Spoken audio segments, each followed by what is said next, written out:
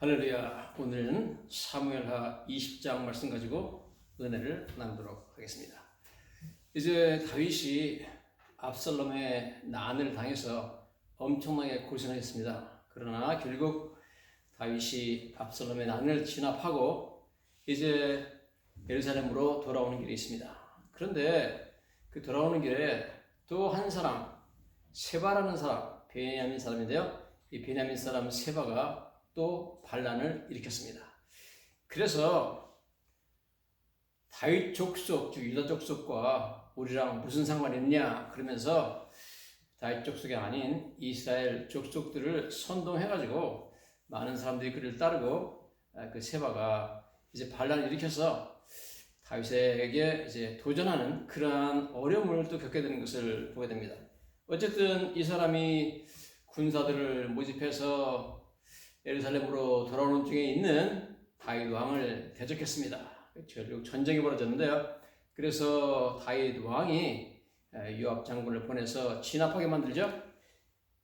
여하튼 그런 와중에 이 세바와 그를 따른 사람들이 성경에 보면 아벨이라는 성으로 들어가게 됩니다. 아벨 성으로 들어가가지고 거기서 이제 있기 때문에 그 안에는 아벨 성 안에 이 반란을 획책했던 세바라는 반란의 지도자와 그를 따르던 많은 이제 군인들이 같이 그 성으로 들어갔습니다. 그런데 성에 들어가려면 성의 장로들이나 지도자들이 그 사람들을 받아줘야 되거든요. 어쨌든 그 사람들이 받아줘가지고 그 성에 들어갔습니다. 그렇기 때문에 이제 다윗 측에 있는 요압 장군의 생각으로는 이 아벨성 사람들이 함께 세바와 함께 다윗 왕에게 반란을 꾀한다 그렇게 보고 이 성을 공격하기 시작했습니다. 성과 성을 이제 파괴시키고 성에 있는 사람들을 다 죽여서 반란을 진압하려고 하는 것을 보게 됩니다. 성경에 보면 그래서 이제 요압 군대가 성을 공격하는 내용이 나오고 있습니다. 성을 공격하는데 성읍을 향한 지역에 토성을 쌓고 요압과 함께한 모든 백성이 성벽을 쳐서 헐고 했다. 그래서 옛날에 이제 성을 공격하려면 성 바깥에다가 토성, 흙으로 성을 또 쌓습니다. 쌓고 나서 이제 그 위에 올라가 가지고 성 안에 있는 사람들에게 화살을 쏴서 성 안에 있는 적군들을 이제 죽이고 또 한편으로는 여기 성벽을 헐고자 한다는 것처럼 이제 큰 쇠 망치를 가지고 여러 사람이 성벽 한 군데를 계속 두드려서 성벽에 구멍을 내고 그것으로 군인들이 들어가서 성 안에 있는 사람들을 죽이는 그런 방식을 사용했습니다. 그래서 어쨌든 지금 이 요압 군대가 토성을 쌓고 위에서 막 화살을 쏘면서 한편으로는 성 밑에 가가지고 성을 공격해가지고 철퇴로 막 그냥 성을 쳐가지고 구멍을 뚫으려고 하고 있습니다. 그런데 그 성읍에 한 여자가 지혜로운 여인 한 사람이 나타났습니다. 이름은 나와 있지 않는데요. 그 사람이 외쳤다 성경에 나왔는데요. 외쳐서 들을지어다 청하건대 너희는 요압에게 이르기를 이리로 가까이 오라 내가 내게 말하려 하노라 그렇게 말했습니다. 여인이 아마 성벽에 올라온 것 같아요. 와가지고 성벽을 치고 화살을 쏘는 요압 장군들 군대들한테 제발 스탑 내 말 좀 들으시오. 요압 장군과 할 얘기가 있습니다. 화살 쏘는 거 그치고 성벽 치는 거 그치고 내 말을 좀 들어보십시오. 그러면서 한 여인이 소리를 쳤습니다. 그래서 결국 요압이 그 여인에게 가까이 갔다 성경에 나옵니다. 여인이 이르되 당신이 요압이니까 이렇게 물어봤습니다. 대답하되 그러하다 하니라. 여인이 그에게 이르되 여종의 말을 들으소서 하니 대답하되 내가 들으리라. 내 말 좀 들어보세요. 그러니까 요압 장군이 말해라 들을 것이다 그럽니다. 여인이 말하이르되 옛사람들이 흔히 말하기를 아벨에 가서 물을 것이라 하고 그 일을 끝내었나이다. 이건 무슨 말이냐면 아벨에는 워낙에 지혜로운 사람이 많아가지고 무슨 문제가 생기면 사람들이 아벨에 가서 물으라 그래서 아벨에 가면 분쟁하던 두 당사자가 가서 잘 해결받고 올 수 있을 정도로 아벨에는 지혜로운 사람, 그런 아주 현명한 사람이 많이 있다는 겁니다. 그래서 이 아벨에 현명한 사람이 많은데 그 중에 내가 나타나서 내가 지혜로운 말로 당신에게 이 문제 해결책을 말할 것이다. 그럽니다. 그러면서 19절에 나는 이스라엘의 화평하고 충성된 자 중에 하나이거늘 당신이 이스라엘 가운데서 어머니 같은 이 성을 멸하고자 하시는도다. 어째 당신이 여호와의 기업을 삼키고자 하시나이까. 이 성이 이스라엘에서 어머니 같은 성이라 그러니까 굉장히 중요한 성이었고요. 그 다음에 여호와의 기업이라는 것은 각 지파마다 이제 여호수아 때에 각 성을 나눠줬잖아요. 그렇기 때문에 그게 그 기업, 상속 재산이 돼가지고 그 지파의 기업이 됐어요. 그런데 이것을 멸하는 것은 그것은 한 지파를 멸하는 거나 마찬가지이기 때문에 하나님의 뜻에 어긋난다. 왜 이런 일을 하시려고 그러느냐? 그렇게 말합니다. 그러니까 요압이 대답하되 결단코 그렇지 아니하다. 결단코 그렇지 아니하다. 삼키거나 멸하려 함이 아니라 일이 그러는 것이 아니라 에브라임 산지 사람 비그리 아들 그 이름을 세바라 하는 자가 손을 들어 왕 다윗을 대적하였나니 너희가 그만 내주면 즉 세바만 내어주면 내가 이 성벽에서 떠나가리라 물러갈 것이다. 그러니까 여인이 요압에게 이르되 그의 머리를 성벽에서 당신에게 내 던지리라 합니다. 대단한 여인입니다. 그래서 이 여인이 그렇게 요압한테 이야기한 후에 성에 들어가서 성읍에 있는 장로들에게 지도자들을 모아놓고 우리가 이거를 그냥 두면 우리 성벽도 다 헐고 그 다음에 이 사람들이 와서 우리를 다 반란군에 같이 함께 한 자로 해서 우리를 다 죽일 것이고 우리 기업도 다 멸해지고 우리 다 죽는다. 이럴 필요가 뭐가 있느냐. 우리가 이 안에 우리 성 안에 들어온 세바를 잡아가지고 한 사람만 목을 쳐서 성 밖으로 던지면 일이 끝난다. 그렇게 잘 설득을 했습니다. 역시 지혜로운 사람이죠. 자, 우리가 볼 때 그 성 안에 많은 남자들이 있었고 지혜로운 사람들이 많이 있었지만 이런 생각을 한 사람이 이 여인 한 사람밖에 없었습니다. 그래서 이 여인은 참 훌륭한 여인이었고요. 어쨌든 그 성을 이렇게 건지게 되죠. 그래서 이제 이 여인이 그의 지혜를 가지고 모든 백성에 나아가매 그들이 비그리 아들 세바의 머리를 베어 요압에게 던진지라 그랬습니다. 지혜를 가지고 백성에 나갔다. 아주 지혜롭게 백성들한테 말해가지고 우리가 그렇게 하자 설득해서 이 세바의 머리를 베어서 요압에게 던져버리니까 요압이 나팔을 불매 무리가 흩어져 성읍에서 물러나. 요압이 나팔을 불었고 더 싸울 필요가 없다. 우리 가자. 그래서 물러갔고요. 장막으로 돌아갔고 요압은 예루살렘으로 돌아와 왕에게 나갔다. 그래서 이제 편안하게 이 반란을 진압하고 그 다음에 요압은 이미 예루살렘에 도착한 왕에게 나아가서 승전을 보고하는 것을 우리가 보게 됩니다. 여기서 우리는 대조적인 두 사람을 보게 됩니다. 한 사람은 세바고요. 악한 사람이죠. 다윗 왕에게 하나님이 기름 부어 삼으신 왕에게 대적해서 반란을 일으킨 나쁜 사람이고요. 그 다음에 이 사람이 전쟁을 하다가 이 성으로 들어가서 아벨성에 들어가가지고 그 성 사람들과 함께 있는 바람에 이 사람 때문에 잘못하면 이 아벨성 전체의 백성들이 전부 다 죽을 뻔했습니다. 성이 파괴되고 그 다음에 성 안에 있는 모든 사람이 죽고 기업이 다 삼켜지는 아주 비극적인 결과를 초래할 수가 있습니다. 한 사람이 공동체의 여러 사람에게 굉장히 큰 피해를 주는 파멸시키는 그런 일을 할 뻔했습니다.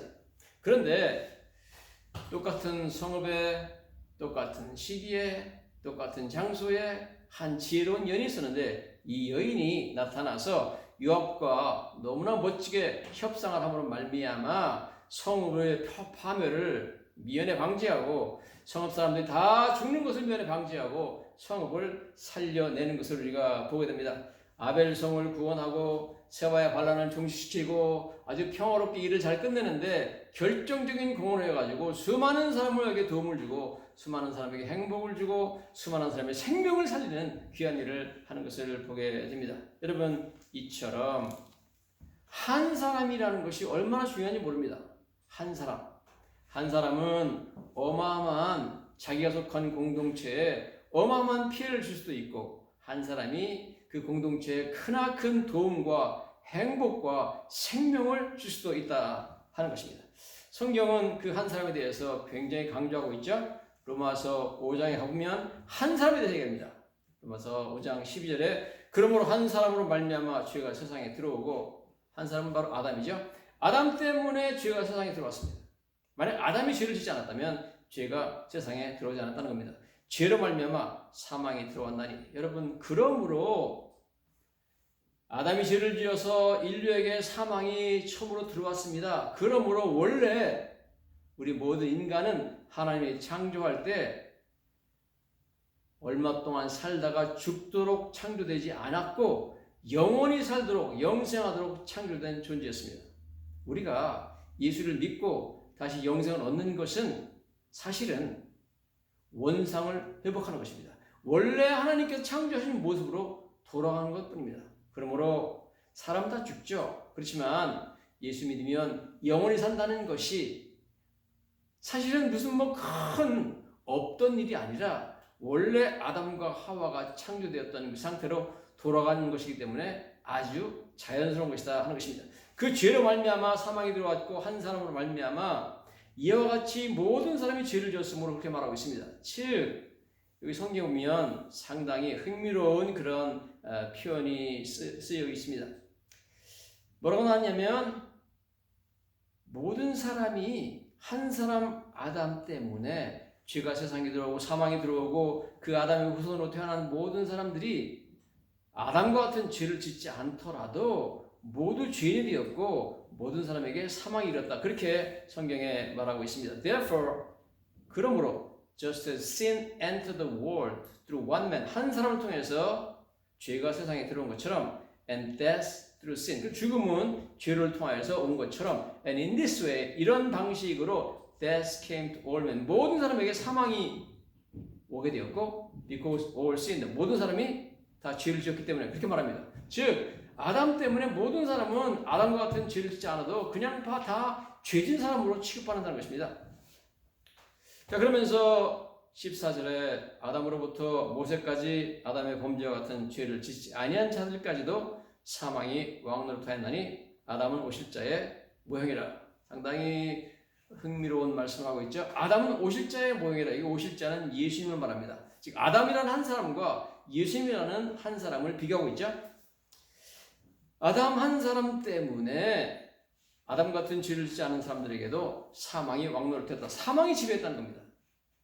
그렇죠. 인간은 사망에 지배하에 있습니다. 아무도 사망을 이기고 승리할 수가 없는 그런 상황에 살았죠.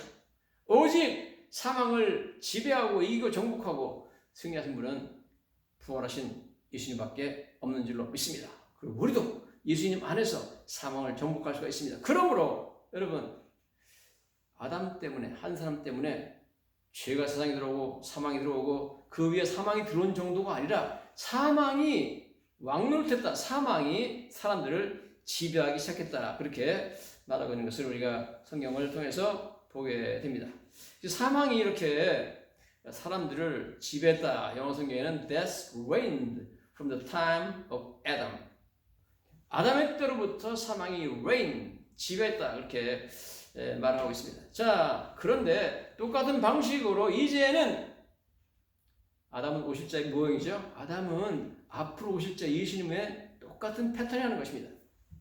영어 성경을 패턴이라고 적혀 있습니다. Who was a pattern of the one to come. 앞으로 오실 분의 패턴이라는 겁니다. 패턴이라는 것은 모형이 똑같다는 겁니다.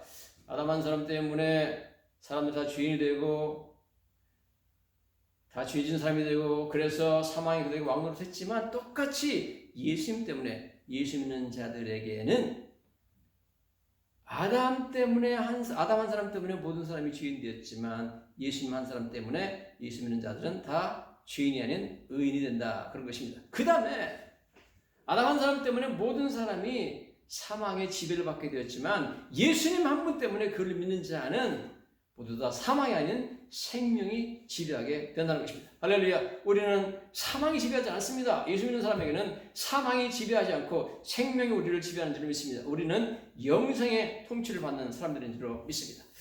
15절에 보니까 이렇게 말하고 있습니다. 그러나 은사는 범죄와 같지 아니하니 그렇습니다. 여러분, 범죄를 통해서 아담 한 사람의 범죄를 통해서 우리에게 왔던 아담이 우리에게 준 정말 좋지 않은 은사, 선물이 있습니다. 그것은 사망이죠. 죄죠. 그렇지만 주님이 우리에게 주신, 예수님이 우리에게 주신 은사, 선물은 뭐냐? 한 사람의 범죄를 인하여, 아담이죠. 아담 한 사람의 범죄 때문에 많은 사람이 죽었은즉 사망을 했는데 하나님의 은혜와 또한 한 사람 예수 그리스도로 은혜로 말미암아 온 선물은 많은 사람에게 넘쳤느니라 그랬습니다. 자, 아담 때문에 많은 사람이 죽었죠. 마찬가지로 예수님 때문에 예수님이 많은 선물을 많은 사람에게 주었다는 겁니다. 이 선물이 뭐냐 하는 내용을 여기 말하고 있습니다. 선물은 범죄한 한 사람으로 말미암은 것 같지 아니하니, 예수님이 주시는 선물은 범죄한 아담이 우리에게 준 이 나쁜 선물, 사망과 같지 않다는 겁니다. 심판은 한 사람으로 말미암아 정죄에 이르렀으나, 즉 아담이 준 선물은 심판하는 겁니다. 아담이 우리한테 선물 줬는데 죄를 선물로 주고 사망을 선물로 주고 그것 때문에 하나님 심판받는 심판을 선물로 줬는데, 그래서 정죄에 이르렀다. 너는 죄인이다 하는 정죄를 받게 만들었다는 겁니다. 그러나 은사, 예수님이 주신 은사, 선물은 많은 범죄가 있지만 범죄라고 하면 의롭다 하심의 이름이라.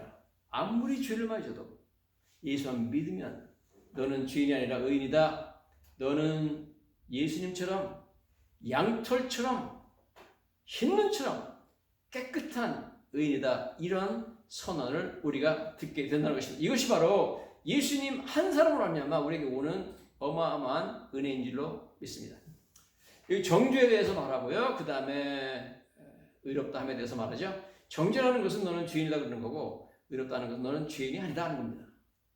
쉽게 말해서, 즉 영어로 보면 guilty하고 not guilty입니다. guilty하고 not guilty는 굉장히 중요한 개념입니다. 예를 들어서 법원에서 중대한 무슨 형사 범죄 사건을 다루면 평소에는 한 배심원이 7명 정도 나오지만 큰 사건은 배심원만 23명이 나옵니다. 거기 변호사, 방청객 하면은 뭐 엄청나게 많은 사람들이 재판에 참여하는데요. 그런 큰 재판을 그랜드 주어리라고 합니다. 그랜드 주어리 재판이 있으면 배심원만 23명이 나오고, 뭐 옆에 그다음에 보조 배심원 한 5명 정도 나오고, 그러니까 어마어마한 배심원들이 나오고 변호사가 배심원들한테 쭉 설명하죠. 그다음에 반대측 변호사가 또 설명을 하고 뭐 이러면서, 또 그 다음에 증인도 나오고 실제 피고 원고가 나와서 다 증언합니다. 이걸 모든 이 배심원들이 듣습니다. 미국에서는 그 사람이 과연 유죄인가 무죄인가, guilty인가 not guilty인가 하는 것을 결정하는 것을 결정적으로 배심원들이 합니다. 자, 그 사람들이 다 이 사람들의 이야기를 듣습니다. 변호사 이야기, 본인 이야기, 뭐 그 다음에 증인들 이야기를 다 듣고 나서 그 사람들이 따로 딜리버레이션 룸이라고 해가지고 자기들이 심의하는 방으로 들어갑니다. 들어가가지고 거기서 토론을 해요. 토론해가지고 결론을 내가지고 나옵니다. 나와서 그 자기들의 결론을 판사한테 주게 되는데, 자기들이 내린 결론을 영어로 verdict이라고 합니다. 한국말은 평결이라고 하는데요. 판사가 판결 내리는 것은 sentence라고 그러고, 그 다음에 그 선고라고 하고, 이 배심원들이 가지고 나온 그 결론은 guilty나 not guilty냐 하는 결론은 verdict이라고 합니다. 평결이라고 하는데 이걸 줍니다. 그럼 판사가 이 사람이 유죄다 무죄다 하는 걸 결정하는 게 아니라 배심원들이 결정합니다. 다 들어보고.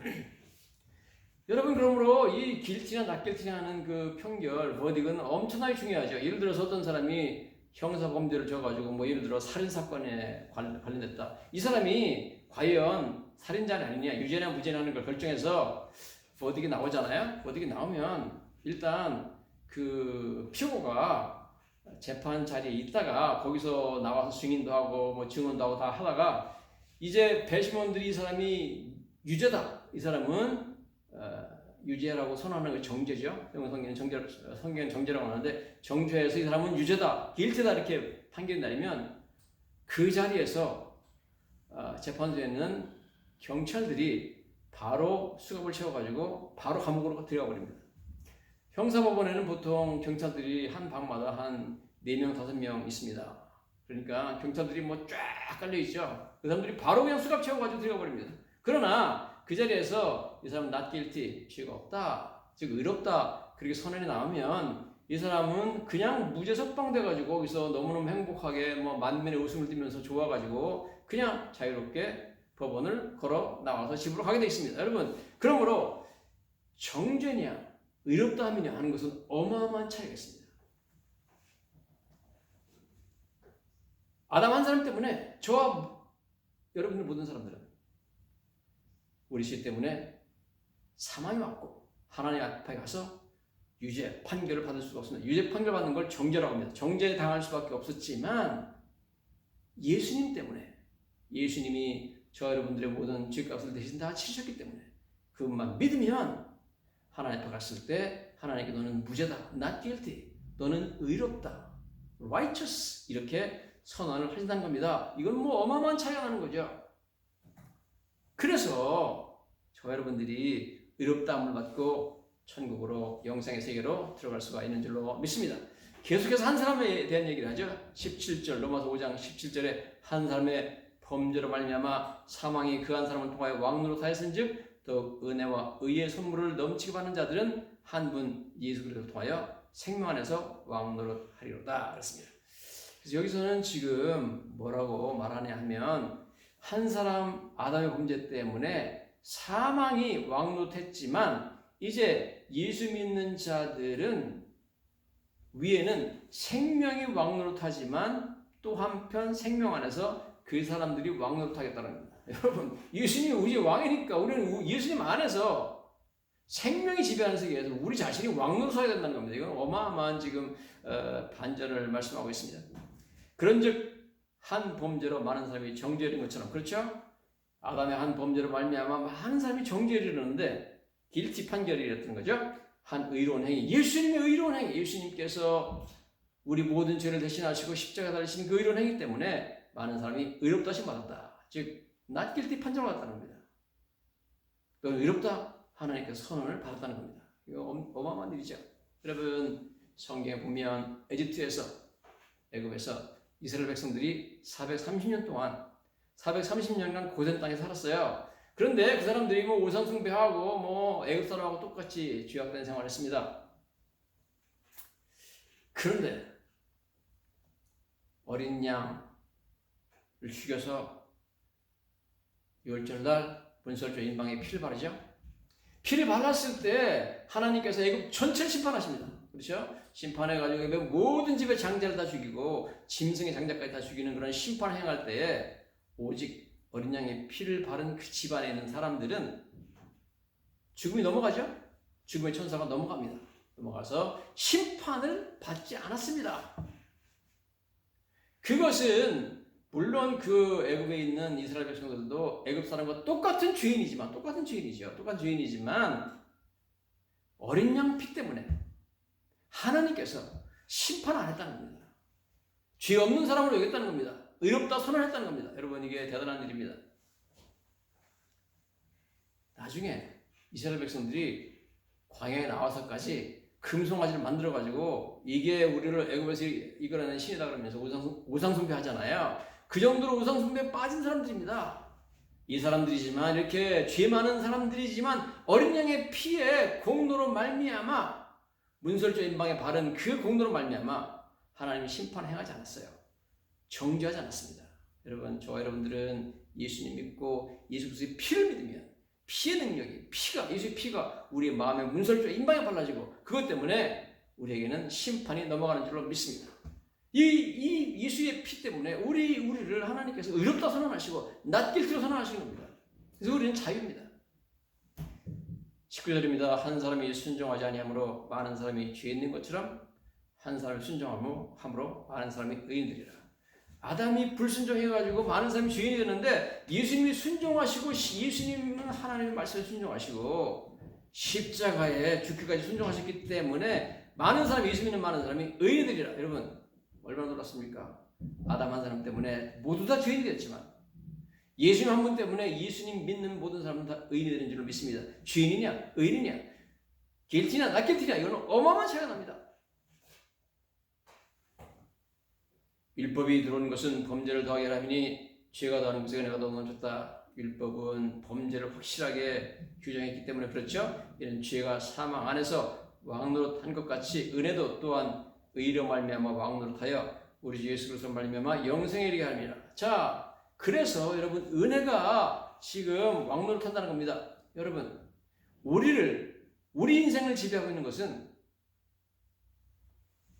더 이상 죄와 사망이 아니라 하나님의 은혜입니다. 그렇죠? 은혜가 왕노를 탄다는 겁니다. 은혜가 우리 같이 자격 없는 자, 죄 많은 자가 예수 믿었기 때문에 그것만 보시고 하나님께서 은혜로 자격 없는 우리에게 사랑으로 주님께서 은혜로 모든 것을 다스려서 은혜가 우리를 지배한다는 겁니다. 할렐루야. 우리는 심판의 지배를 받는 사람이 아닙니다. 우리는 하나님의 놀라우신 하늘보다 더 넓고 바다보다 더 깊은 은혜가 우리를 지배하는 줄로 믿습니다. 은혜가 왕노릇해서 결국 우리는 예수 그리스도 때문에 영생에 들어간다는 거예요. 한 사람이 얼마나 중요합니까? 한 사람 아담 전 인류를 갖다가 파멸로 몰아넣습니다. 한 사람 예수님 믿는 자를 모두 낫길지 의롭다 칭함을 받게 하시고 의인으로 만들어 주시고 은혜의 지배를 받게 하시고 영생으로 돌아가 가신 줄 믿습니다. 여러분, 저와 여러분들은 교회에서 혹은 직장에서 가정에서 다 중요한 한 사람입니다. 우리 한 사람이 어떻게 말하고 행동하느냐에 따라서 우리가 다른 사람에게 고통을 줄 수도 있고 파멸을 줄 수도 있고 다른 사람을 참으로 몸과 마음에 엄청난 피해를 줄 수가 있지만 동시에 우리는 한 사람으로서 예수님 같은 한 사람으로서 많은 사람을 행복하게 하고 생명을 주는 사람으로 우리는 살 수가 있는 것입니다. 여러분, 아벨에 들어갔던 세바라는 사람 한 사람이 그 성사람을 다 멸망시킬 뻔했던 일이 있습니다. 그런 한 지혜로운 여인이 그 성사람을 다 구원했습니다. 아담 한 사람이 모든 인류를 다 죽음으로 몰아넣고 죄인으로 만들어버렸습니다. 예수님 한 분이 믿는 모든 자를 의인으로 만들고 영생을 주시고 은혜의 지배를 받게 했습니다. 여러분, 저와 여러분들도 만나는 모든 사람에게 생명을 주고 하나님의 은혜를 받게 하고 행복을 주는 한 사람 한 사람 되시기를 예수님 이름으로 간절히 축원합니다. 기도하겠습니다. 살아계신 아버지 하나님, 은혜를 감사합니다. 한 사람이 얼마나 중요한가 말씀해 주시니 감사드리며 아벨의 한 지혜로운 여인처럼 성을 구원하고 많은 사람을 구원하며 많은 사람에게 생명을 주고 많은 사람에게 하나님의 은혜를 받게 하는 귀한 삶을 살게 하여 주시옵소서. 아담처럼 모든 사람들을 멸망과 죽음과 사망과 심판으로 이끄는 사람이 아니라 예수님처럼 그 안에는 모든 사람들에게 생명과 행복과 영생과 은혜를 주는 한 사람 한 사람으로 쓰임받게 하여 주시옵소서. 예수님 이름으로 감사드리며 기도하였습니다. 아멘.